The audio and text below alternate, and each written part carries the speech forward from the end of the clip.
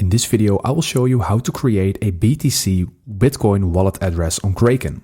So in order to do this, you're going to click on the purple button down below. And in here, you're going to click on Deposit Cash or Crypto. So from here, we already see crypto, and there underneath we see Bitcoin. So let's click on Bitcoin.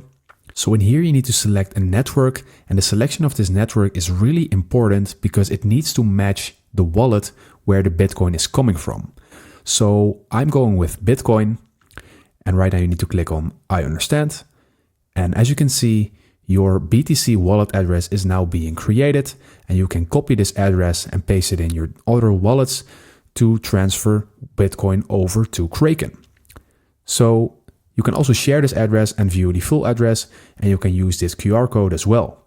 And if you're looking to withdraw Bitcoin, then I suggest you watch my other video on how to transfer Bitcoin from Kraken to another wallet, where I explain everything on how you do this. So thank you for watching and subscribe to my YouTube channel.